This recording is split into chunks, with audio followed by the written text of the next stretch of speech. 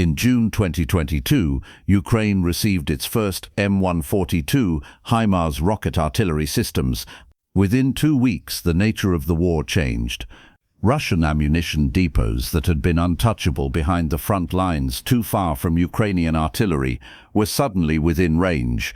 Bridges that Russian supply convoys had been crossing daily were struck with precision that conventional artillery could not achieve. A Russian ammunition depot in Kherson Oblast, storing thousands of tons of shells and missiles, was struck by a single HIMARS salvo. The explosion was visible from 30 kilometers. It burned for 3 days. Russian military bloggers who had been tracking the war with a level of candor unusual for Russian state-adjacent media began posting something new. Fear, not of Ukrainian tanks, not of Ukrainian infantry, of a truck, a wheeled rocket launcher that could fire from 85 kilometers away, that could hit a target the size of a shipping container, that could relocate before Russian counter-battery radar completed its firing solution. The HIMARS had changed the war, and Russia had no effective answer for it.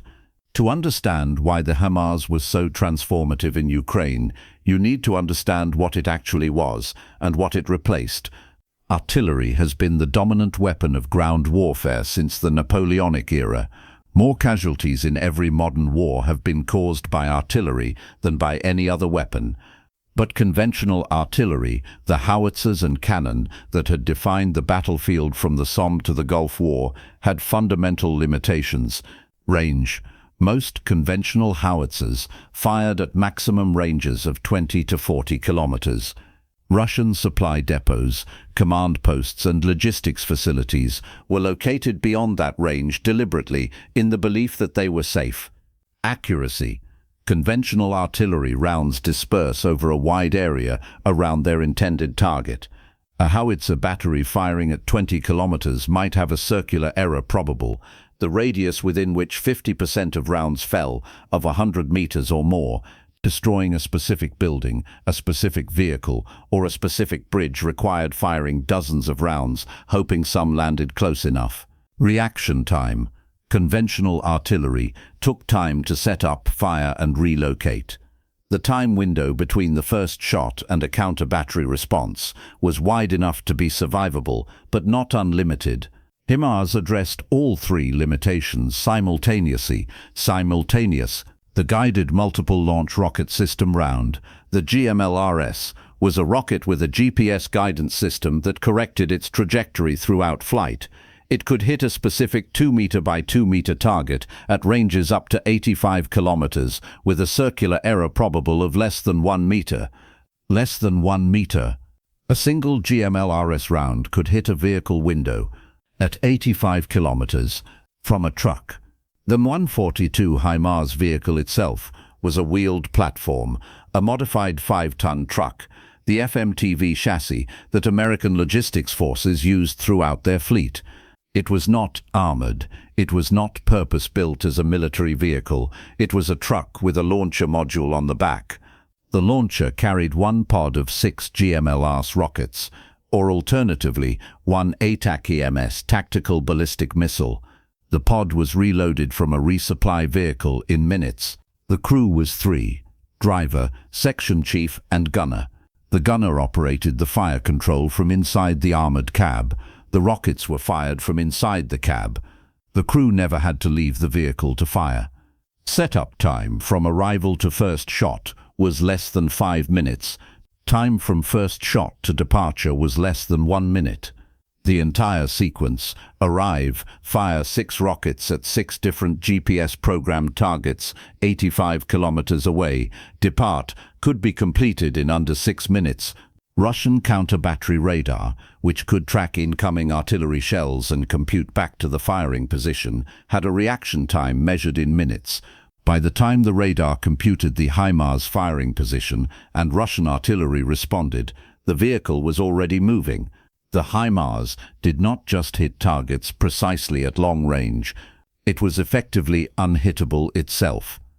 The Ukraine deployment in June 2022 was initially limited to 16 systems. The Biden administration had been reluctant to provide systems capable of striking Russian territory, and the longer-range ATAK-EMS missile that could hit targets 300 kilometers away was initially withheld. The 16 GMLRS-equipped HIMARS systems available in the summer of 2022 were enough. Ukrainian military planners had spent months identifying the highest-value targets that conventional artillery could not reach: ammunition depots, the concentrated stores of shells and rockets that Russian artillery units needed to maintain their fire rates were stored in large depots behind the front line. They were vulnerable to precision fires but safe from conventional artillery. HIMARS made them vulnerable. In July and August 2022, Ukrainian HIMARS crews executed a systematic campaign against Russian ammunition depots across the occupied territories. By the end of August, open-source analysis of satellite imagery had identified more than 50 Russian ammunition depot strikes, confirmed by secondary explosions. The effect on Russian artillery was measurable.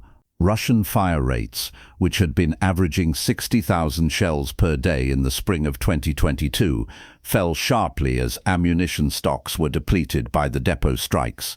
Ukrainian infantry on the front lines reported that Russian artillery, which had been almost continuous in the spring, became intermittent by autumn. The correlation was direct. HIMARS had reduced Russian artillery capacity, not by destroying Russian guns, but by destroying Russian ammunition before it could be used.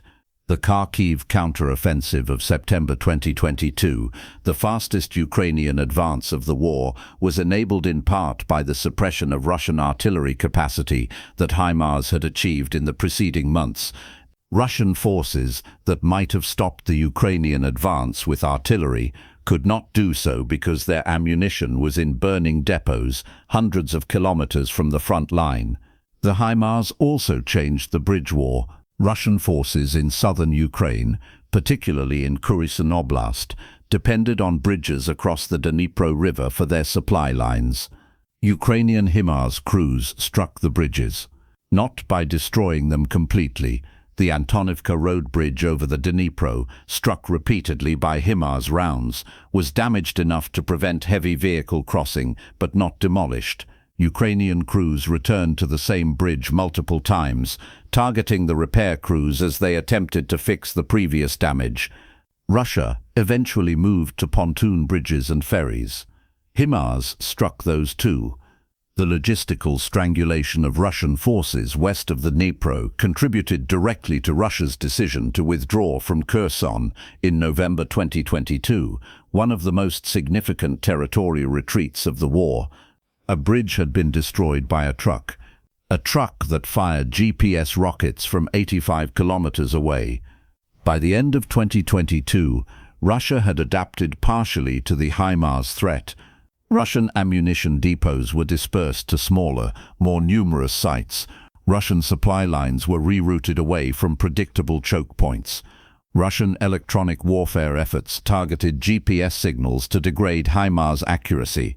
None of these adaptations fully solved the problem. Dispersed ammunition depots were less efficient and harder to manage.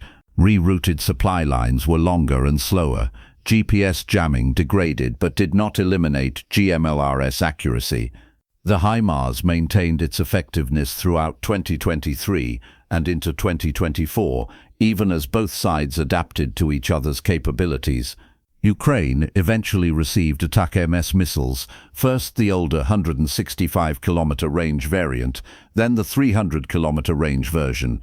The ATAK-MS strikes hit Russian airfields, naval facilities, and command posts well beyond the GMLRS range. The Crimea Bridge, Russia's most important logistical connection to the occupied peninsula, was repeatedly damaged by Ukrainian precision fires that HIMARS had made possible. The HIMARS was not the weapon that would end the war. No single weapon was.